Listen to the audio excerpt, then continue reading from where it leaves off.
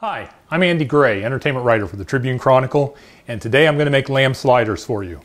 I've never done a cooking demonstration like this before, so hopefully all those years of watching the Food Network will pay off. We've already got the rolls in the oven. I'm going to show you how to make the burgers. Normally I make this recipe with 2 pounds of lamb. I'm only doing it with 1 pound for this demonstration, but I will give you the ingredients as if it's for a 2 pound serving or 2 pound recipe. Start off with your lamb, ground lamb in a bowl. In here I have chopped fresh rosemary, chopped shallots, and minced garlic. If you don't have shallots, you can use onions, but I think the shallots give it a little bit of a different flavor to it.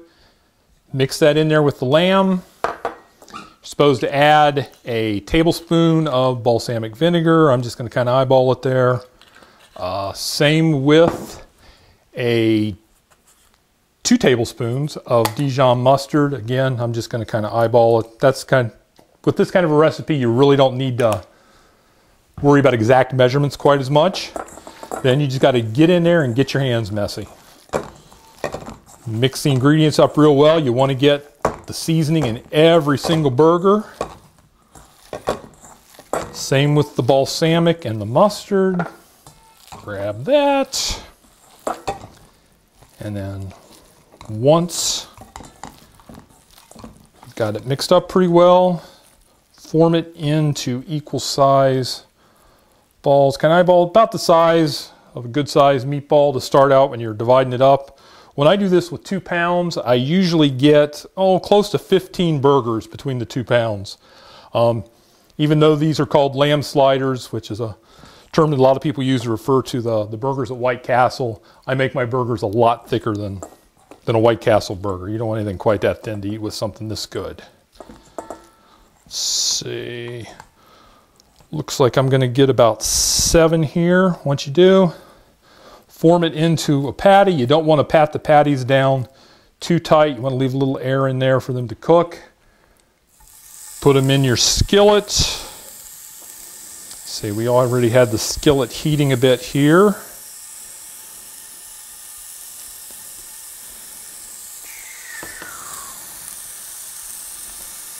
Again, I'm just going to keep doing this. At one point they talked about having us do this for you people live, but I think the fire department intervened and was worried about what might happen if we did a cooking demonstration live for you. So that's why we're doing it on tape, which I think was probably a smart move. I also tend to be a bit of a messy cook. Once or twice, I think my wife has considered calling FEMA after she got a look at the kitchen when I was done making dinner. Okay.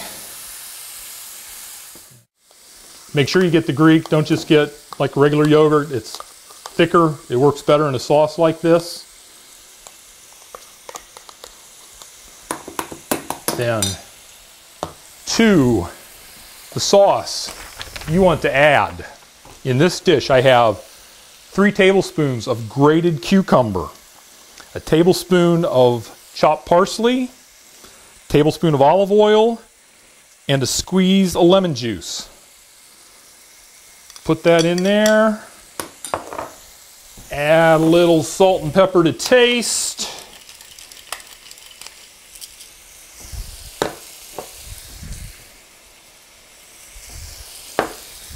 And then mix those ingredients up.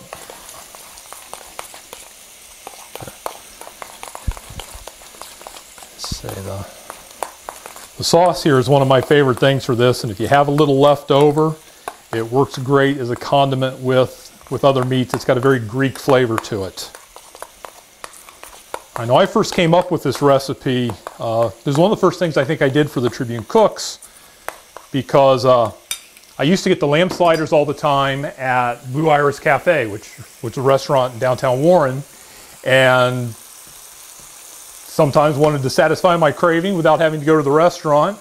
So I started looking around online and grabbed a little bit of this recipe, like the burger. Let me double check, see how our rolls are doing. It looks like they could use another few seconds at least. But I really like the lamb slider recipe, so I went around, decided to see if I could come up with something of my own that was a little bit different. The sauce is different. One of the things that I really like about the recipe that I'm doing is the hot rolls that go with it. We'll take those out right now. Hopefully they don't roll off the tray. And if you bake bread and can make your own hot rolls for this recipe, that would be great. I don't happen to bake bread, so what I happen to use are these Rhodes Crusty Rolls, which are right about the right size. They have a nice crusty shell to them. They taste good. Brush a little butter and fresh rosemary on the top before you start. The only problem is when you buy them at the grocery store, it works out to about 40 to 50 cents a roll, which is a little expensive for a bun, especially for a small slider. But here's a tip for you. You know where you can find a coupon for these rolls? Once a month, no more than once every other month, in your Sunday Tribune Chronicle. That's where I clipped this one out, which I still have left, because we had a couple left around the house. So if you don't subscribe, consider getting the paper. If you go to a grocery store where that coupon gets doubled, it just paid for your Sunday paper. And we'll give the burgers a flip. It may be a hair early, but we'll just leave them in longer the other way. Yeah, that's too early. We're going to let those go a little bit longer. But I will go ahead and here's my knife, slice up one of these rolls.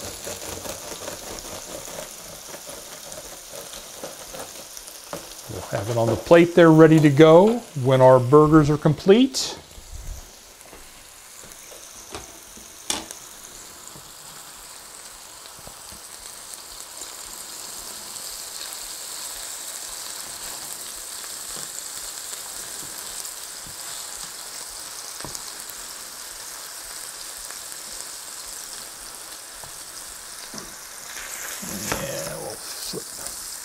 Oh, that center one's done. We're getting pretty close to good, so we may break that one out as soon as it's ready. Just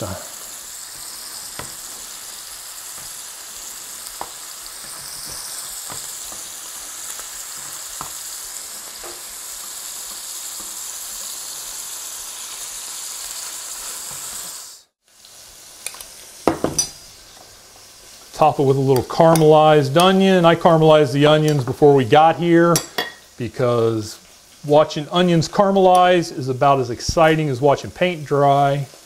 The difference, however, is that caramelized onions taste a lot better than dried paint. And finally, a little feta cheese. Put the topper on it, and I'm going to take a messy bite of this thing.